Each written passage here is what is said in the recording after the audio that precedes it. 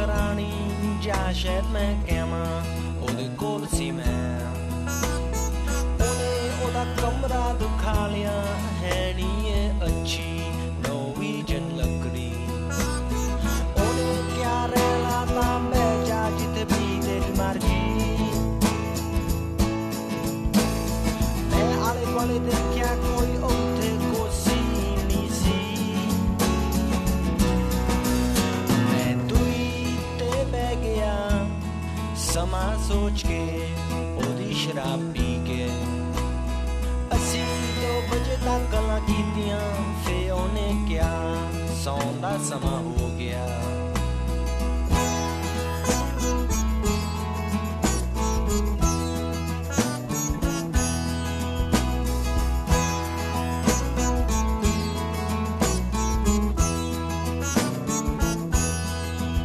Ramón Lobo, buenos días. Muy buenos días, ¿qué tal? Vienes ya con el ejercicio hecho. Algo más has hecho en la redacción con la bici de acá para allá, la bolivariana, decía yo antes. Sí. Para quien no sepa de dónde viene ese nombre, tiene una explicación que además está muy al caso con la actualidad de esta semana, ¿no? Sí, el lunes presenté el libro que he hecho con Monedero, Juan Carlos Monedero, que es una larguísima entrevista. Recuérdame que nunca no merecería la pena, pero que no me hagas un libro de entrevistas porque ha durado muy poco después del libro. Bueno, hay gente que en Twitter me pedía que se le hiciera a Rajoy o a Esperanza Aguirre. Yo estaría encantado de hacer. A Esperanza Aguirre yo te pongo dinero en crowdfunding, si tú ahora mismo le haces un libro. Si aceptara, yo estaría encantado de hacerle una entrevista. ¿Qué pasó con el dinero que te pagaron de ese libro? Bueno, por lo poco que me han pagado, porque ahora con su dimisión supongo que habrá más, me compré una bicicleta y como la editorial se llama Turpial, que es un pájaro venezolano, Monedero siempre la parte más conservadora de este país la ha vinculado con Venezuela. Y con el trotskismo. Y yo nací en Venezuela, pues me pareció que lo lógico es llamarla la bolivariana. Con ese dinero te compraste la bici. Va bien la bici. ¿Sabes que una bicicleta eléctrica un poco rompe la esencia de lo que es una bicicleta? Eso dice Santilayón, pero es falso. Tiene ayuda eléctrica, que no es lo mismo. Ayuda eléctrica. Sí, es decir, si no pedaleas no funciona. Pero el otro día fui con Guillermo Altares a la Casa Campo, que ahora me voy a ir otra vez, pero esta vez solo, y volvimos por la Cuesta La Vega, que quien no lo conozca es una cuesta en Madrid, que es un pedazo de cuesta, sí, sí. Y yo la subí en ayuda 3 y bueno... Guillermo te diría, arranca tú, que yo que soy más joven llegaré antes. Le esperé arriba, el mayor, estuve como 3 o 4 minutos. Así me gusta.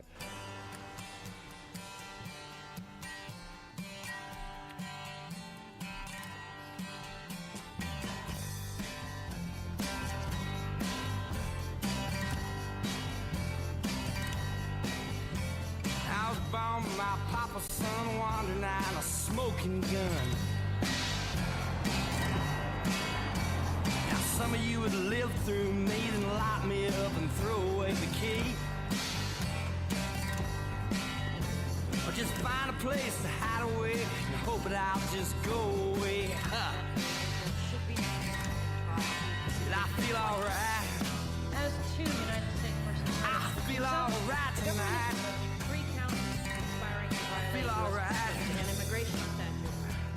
Los más seriéfilos, como se dice ahora, ya habrán detectado el porqué de esta música, ¿no, Ramón? Sí, es el final de la temporada 2 de la serie The Wire. La traemos a colación porque queremos hablar de Baltimore, que esta es una de las series más influyentes y quizás una de las mejores de la historia de la televisión en Estados Unidos. La serie tiene como escenario la ciudad de Baltimore, cuenta un poco su lado oscuro, y ese lado oscuro ha salido esta semana con disturbios por causa de la muerte de otro negro. Hey, yo, Lester here, babe. You come at the king, you best not miss. This look like money, motherfucker? Money be green. You, McNulty, are a gaping asshole. We both know this. Hey, yo, what's up, Playboy? How come you wearing that suit, B? For real, it's 85 fucking degrees out here and you trying to be like Pat Riley. Man, look the part, be the part, motherfucker. Look, the man gave the word, all right? We either step up or we step the fuck A través off. de personajes que se han convertido en iconos, como el policía Jimmy o su compañero de patrulla Bank, The Wire, que HBO emitió entre 2002 y 2008. Significó un antes y un después en el mundo de las series, en el de la televisión, pero lo que era en realidad era el espejo cruel de una ciudad que no funcionaba. Su autor, David Simon, era un periodista que conocía muy bien las entrañas de la ciudad, que ya retrató en el libro Homicidio, que también fue una serie después. The Wire es como la hermana mayor. Él trabajó durante muchos años, me lo contó, recuerdo en una entrevista, como periodista que cubría casos de corrupción contra el Ayuntamiento de Baltimore. Conocía Sí, sí. perfectamente cómo funcionaba, ¿no? Él trabajó en el Baltimore Sun, que es un gran periódico que despidió una parte importante de su plantilla, y él tuvo la inteligencia y el talento de reconvertirse como guionista de gran éxito. Esta semana Simon y algunos de las estrellas de la serie han pedido a la población calma. Los incidentes violentos en Baltimore después de la muerte de Freddie Gray, ese joven afroamericano que murió el 19 de abril bajo custodia policial, han dado la vuelta al mundo. La primera noche de disturbios se saldó con 15 policías heridos, 200 detenidos. Ser negro en Estados Unidos es un problema, sobre todo si te detiene la policía. Los últimos muertos siempre han sido personas de color. Gray es uno de ellos, es la última víctima de la violencia policial. En este caso, recordemos que Gray fue detenido por la policía, esposado e introducido en un furgón, y de ahí salió ya en coma. Baltimore es una ciudad, por cierto, maravillosa, muy recomendable para viajar. Tiene un puerto magnífico, pero es una de esas ciudades americanas, un poco como Washington, en la que si das un giro en una esquina incorrecta, de repente te encuentras con una especie de submundo con el que... Sí, conviven mundos paralelos muy difíciles. Baltimore ha reaccionado, a diferencia de otras ciudades, recordemos Ferguson, que se exculpó al policía. Aquí lo que ha hecho la Fiscalía del Estado inmediatamente es acusar de homicidio a los 6 policías que estaban implicados en la detención. ¿Y el reparto racial de la ciudad cómo es, Ramón? Pues es un reparto muy interesante, porque el 64% de la población es afroamericana, mucho más pobre que el resto del país. Por ejemplo, en el barrio donde vivía Gray, es un barrio de población negra, el 51% está desempleado y el salario promedio es menos de la mitad de la media nacional. En el país el 89% de la población carcelaria es negra y la mayoría no han cumplido los 35 años. Vamos a charlar con alguien con quien creo que coincidí alguna vez en la John Hopkins en Baltimore. Es Vicens Navarro, es economista, es catedrático de Políticas Públicas en la Universidad Pompeu Fabra. Le conocerán recientemente como ideólogo económico de Podemos, pero está aquí como ciudadano de Baltimore. Ha vivido allí casi 40 años. Vicens, buenos días, ¿cómo estás? Buenos días. Buenos días. Existen 2 Estados Unidos, el blanco y el negro, con una relación complicada, ¿verdad? Sí, bueno, hay que tener en cuenta que Estados Unidos es un país de inmigrantes, pero aquellos que ya estaban en Estados Unidos casi desde su principio, los originales eran los nativos, que fueron exterminados con un genocidio, pero luego pronto siguieron los esclavos de África, y ha sido siempre el estamento social dentro de Estados Unidos que ha estado más discriminado. ¿Baltimore es una ciudad especial o es parte de un problema que se extiende por más ciudades de Estados Unidos? Bueno, Baltimore es una síntesis de Estados Unidos, aunque la población negra es la mayoritaria, lo cual no es el caso en Estados Unidos. Pero el problema, si lo ve en lugar de raza, desde el punto de vista de clase, vemos entonces que es una ciudad industrial, que los altos hornos eran el centro de empleo más importante, y ahora los altos hornos han desaparecido. La transformación económica de la infraestructura económica está afectando enormemente a la clase trabajadora, dentro de la cual la raza negra es la que tiene la clase trabajadora no cualificada. Hay que entender que clase social juega también un papel muy importante en Estados Unidos. Y esa recesión, de la cual Estados Unidos salió antes, porque el Estado es más intervencionista, paradójicamente, que en Europa, salió antes, a partir del 2009, pero esa recuperación ha dejado un mercado de trabajo muy deteriorado. Si usted va a barrios que son de clase trabajadora, la mayoría de los cuales trabajaban en los altos hornos, ahora están sin ningún trabajo. Y esa enorme crisis que está ocurriendo afecta sobre todo a la raza negra. No es la única, pero es la que se la golpea con mayor fuerza. Claro, no hay que interpretar todo esto que está pasando como algo que tiene que ver con represión policial, sino con el hecho de que el 1% de las familias más pudientes de Estados Unidos han aumentado sus ingresos durante los años de crisis y, sin embargo, las familias afroamericanas siguen igual de discriminadas y sin trabajo. Exacto, pero es que las familias afroamericanas son parte de las familias trabajadoras, que ha visto disminuir su renta familiar de una manera espectacular. O sea que en este aspecto hemos visto en Estados Unidos una enorme polarización por clase social que ha afectado sobre todo a la población de raza negra.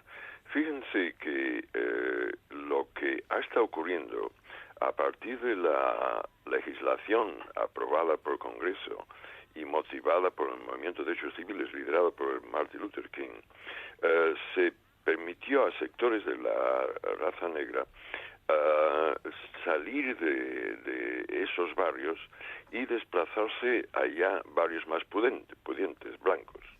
Entonces, si usted va a Baltimore, verá que los suburbios, que antes siempre eran blancos, hay suburbios también negros. Pero ¿qué ha pasado? Que esa clase media, alta, pequeña burguesía ha dejado los barrios que antes eran negros y por lo tanto el carácter de uniforme de clase social, de clase trabajadora de los barrios obreros se ha acentuado más. O sea, si usted va a East Baltimore o a West Baltimore, verá antes que tenía incluso su pequeña burguesía, clase media alta negra, clase trabajadora. Hoy va a East Baltimore y solo encuentra clase trabajadora y además muy poco cualificada. Con lo cual, esos barrios se han ido deteriorando todavía más rápidamente. Una encuesta del Washington Post que usted nos recomendaba leer da un dato preocupante. El 75% de los estadounidenses de raza blanca no tiene en su red de amigos a ninguna persona negra o asiática o hispana. Y un porcentaje idéntico si estamos hablando de los americanos de raza negra. Hay una gran separación que el periodo Obama no ha conseguido superar, ¿no? No, porque Obama representa mucho esa clase media de renta mediana alta, abogados, médicos, etcétera, etcétera, que sí que han crecido numéricamente y han adquirido mayor poder. Pero ese mayor poder de esa clase no ha trascendido a un mayor poder de la clase trabajadora, incluyendo la clase trabajadora negra. Entonces, las diferencias dentro de la raza negra se han acentuado también de una manera muy notable. De ahí que, paradójicamente, durante el mandato de un presidente negro, el presidente Obama, las desigualdades de clase han aumentado y, por lo tanto, también las de raza. Las desigualdades dentro del estamento de raza han aumentado de una manera muy notable. Ha salido ahora una clase media, profesional, de renta alta, que ya comparten la estructura de poder. Fíjese que la estructura de poder de Baltimore es negra. El alcalde, la alcaldesa es negra. El consejo municipal, la mayoría son negros. Los policías son negros incluso. ¿Sí? Exacto. Y entonces ya hay clases sociales muy marcadas dentro del estamento negro y esa clase mediana de renta alta comparte intereses de clase con la clase media de renta alta blanca. Y lo que tiene que verse, la enorme represión que existe en estos barrios negros es una represión de raza, pero también de clase. Y como que la situación ha deteriorado de una manera tan marcada, entonces la represión también aumenta de manera muy marcada porque las condiciones sociales se han deteriorado de una manera muy, muy significativa. Usted fue asesor de Jesse Jackson, discípulo predilecto de Martin Luther King. No sé si ha visto la portada de la revista Time, salía una fotografía de los disturbios y ponía disturbios en Baltimore del año 68, tapaban 68 y ponían 2015, pero la fotografía valía igual. La historia tiende a repetirse, ¿eh? Sí, pero con una gran diferencia. En el movimiento de derechos civiles liderado por Martin Luther King era un movimiento a nivel de todo Estados Unidos y tuvo un enorme impacto en Estados Unidos. Pero fíjese, volviendo al tema que yo subrayaba, que el señor Martin Luther King, 2 semanas antes de ser asesinado, dijo que el conflicto clave en Estados Unidos era el conflicto de clase social. Muy importante, porque ahí en ese movimiento hubo una alianza con elementos progresistas de raza blanca. También no olvidemos los hispánicos, que también están discriminados en Estados Unidos. Y desde ese punto de vista, ese movimiento nacional tuvo un enorme impacto. Hoy no hay ese movimiento. Si usted ve, pues, lo que se llaman los riots, que es una agitación social en aquellos barrios obreros negros, no hay un movimiento, sino que como un volcán aparece aquí, aparece allá, pero no son parte de un movimiento. Y claro, esto les enfeblece enormemente. La situación aparentemente semejante, pero sus raíces son la enorme represión de clase y de raza, pero que no es parte hoy de un movimiento, que le enfeblece mucho. Tiene que ver no solo con el color de la piel, sino con los efectos del capitalismo salvaje, como creo que lo denomina usted, ¿no? Vicens Navarro es catedrático de Políticas Públicas en la Universidad de Pompeu Fabra durante, 40 años casi en Baltimore, ¿no? En la Johns Hopkins. 50 años. ¿Lo echa de menos? ¿Va a visitar la estatua de Edgar Allan Poe de vez en cuando o no? Sí, no, yo tengo familia, tengo estudiantes y tengo una relación muy estrecha con Estados Unidos. Y también ahora, todo el mundo lo sabe, ideólogo económico de Podemos. Vicens, un abrazo, gracias. A ustedes. Un abrazo. Chao.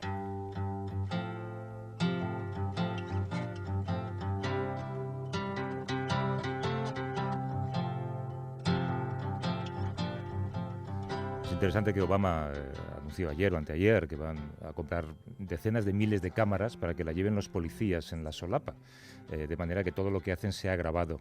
Me parece interesante eso, ¿no? Sí, pero esto es para seguridad de los ciudadanos, no Exacto, para no seguridad para de seguridad los policías. suya. Es curioso que tenga Sí. que ser así, ¿eh? En fin, hablemos del terremoto. A Ramón, el último recuento oficial de muertos supera, ¿cuánto? Los 6.200, 6.300. Hay más de 14.000 heridos. Solamente en la capital, el área más accesible para los servicios de rescate, la cifra de muertos ha superado ya el millar, 1.100 y pico, ¿no? Sí, pero estamos hablando solo de Katmandú y alrededores. Está empezando a desplazar la ayuda fuera de la capital, a la ciudad, a la zona donde se produjo realmente el terremoto, y se calcula que podrán subir mucho los muertos. El gobierno hablaba de cerca de 10.000.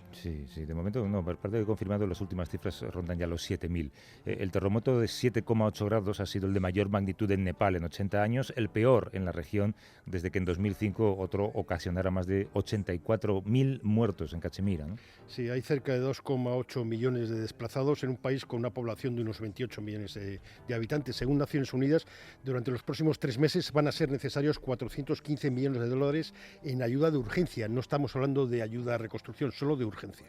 Tú querías hablar de cómo se organiza y se distribuye la ayuda humanitaria cuando se produce una catástrofe natural. Antes escuchábamos a Juan Tallón y lo hemos comentado esta semana, ¿no? ¿Cómo es posible que con la tecnología que tenemos, en la que Amazon permite casi entregar paquetes a domicilio con un dron, repartir bolsas de arroz, por ejemplo, sea tan complicado, ¿no? Sí, porque se están repitiendo los errores de Haití. Ahora lo vamos a ver de alguna forma. Se produce una explosión de solidaridad, llegan aviones, ayudas, pero luego al otro lado no hay nadie. En el caso de Haití no había ni siquiera Estado. Aquí hay un Estado que está castigado por el terremoto, las infraestructuras. Es muy difícil llevar esa ayuda y al final lo que se produce es un colapso de ONGs, de organizaciones humanitarias. Los aeropuertos se petan, como se dice, ¿no? El de Katmandú es un caso, y aquí acabamos hablando más de los españoles que han conseguido salvarse que de los nepalíes. ¿Cuál es la manera de proveer una ayuda eficaz? Se lo vamos a preguntar a Pablo Yuste, que es director del Centro Logístico del Programa Mundial de Alimentos en Las Palmas. Pablo, ¿cómo estás? Buenos días. Hola, buenos días. Tú estuviste en Haití después del terremoto en 2010. ¿Qué aprendiste allí que no se esté aplicando en Nepal? Bueno, yo diría que se está aplicando prácticamente todo. Lo que pasa es que los retos o la magnitud de las tragedias que encontramos últimamente, por desgracia, superan muchas veces toda expectativa. En Haití, efectivamente, hubo una saturación absoluta del aeropuerto, como está siendo este caso, pero también estaba provocada por el mismo motivo que ahora, un aeropuerto pequeño, con poca capacidad de control aéreo, que de repente se encuentra con cientos de vuelos intentando llegar al mismo tiempo, pero sí ha habido, pues por lo menos dentro de la desgracia, una cierta suerte, y es que hace 4 semanas antes del terremoto, justo se inauguraba en el aeropuerto un centro de preposicionamiento de ayuda humanitaria que ha permitido aliviar un poco la situación. Gracias a la financiación del gobierno británico, estábamos inaugurando hace 5 semanas este centro y está ayudando, está contribuyendo. Evidentemente no es suficiente, pues como decía Ramón, la llegada de ayuda es muchas veces totalmente descontrolada y sobre todo con poca priorización. Pablo, a mí me sorprende que no exista, en Naciones Unidas, por ejemplo, no haya ningún organismo capaz de dirigir esta ayuda y decir, bueno, ahora a corto plazo necesitamos este tipo de organizaciones, este tipo de ayuda de emergencia, luego vamos a necesitar otro tipo de organizaciones para desarrollo, para reconstrucción, para lo que sea. Bueno, lo estamos procurando hacer. Hemos creado esta área de preposicionamiento, estamos creando otra en la India para descongestionar esta, pero tú conoces mejor que nadie cómo la buena voluntad es una energía poderosísima y a veces se nos va de las manos.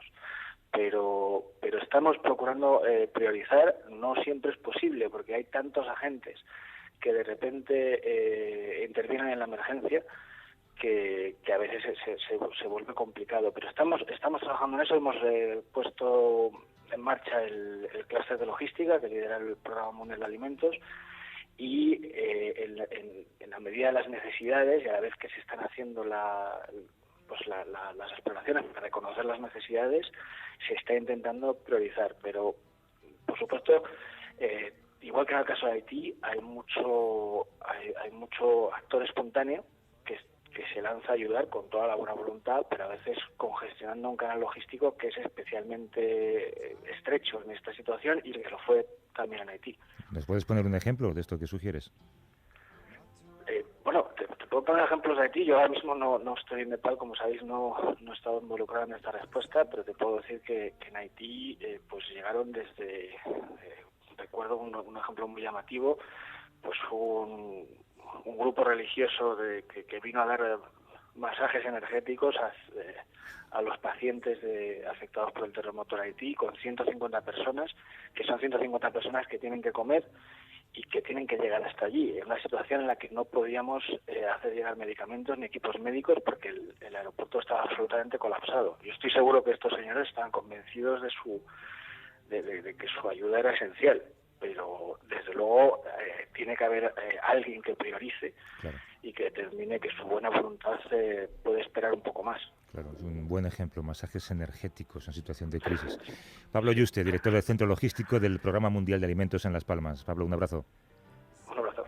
Nosotros como gobierno no estamos contribuyendo al colapso porque hemos enviado hasta ahora poca ayuda. Creo que han sido 59 militares y unas 30 toneladas de ayuda humanitaria, aunque se anunció ayer que iban a enviar más. No es por hacer demagogia, pero compara esa rapidez y esa cantidad de ayuda con la que donábamos hace 10 años, por ejemplo. ¿Te acuerdas? Eran buenos tiempos. Sí. I'm a shooting star leaping through the sky like a tiger, defying the laws of gravity. I'm a racing car passing by like Lady Godiva. I'm gonna go, go, go, there's no stopping me. Mira qué versión más curiosa de Queen. ¿Es tuya? ¿Esta la has escogido tú? Sí, Foxes, sí, esta la he escogido yo. Don't Stop Me Now, porque te vas con la bici ahora mismo, que no te pare nadie. Ahora mismo me la he traído no para presumir, aunque parece que sí, también, sino porque si me iba a casa me iba a echar a dormir y así me veo obligado ahora a hacer por lo menos una horita o dos. Pues a pedalear, no, ¿qué digo a pedalear? A encenderla. Hasta luego. Venga, hasta luego. Don't stop me, I'm having a good time, I don't